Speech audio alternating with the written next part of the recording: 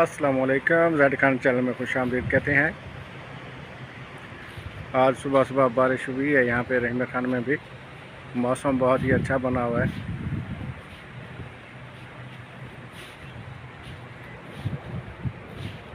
ठंडी ठंडी हवा चल रही है, फुल सर्दी का माहौल है।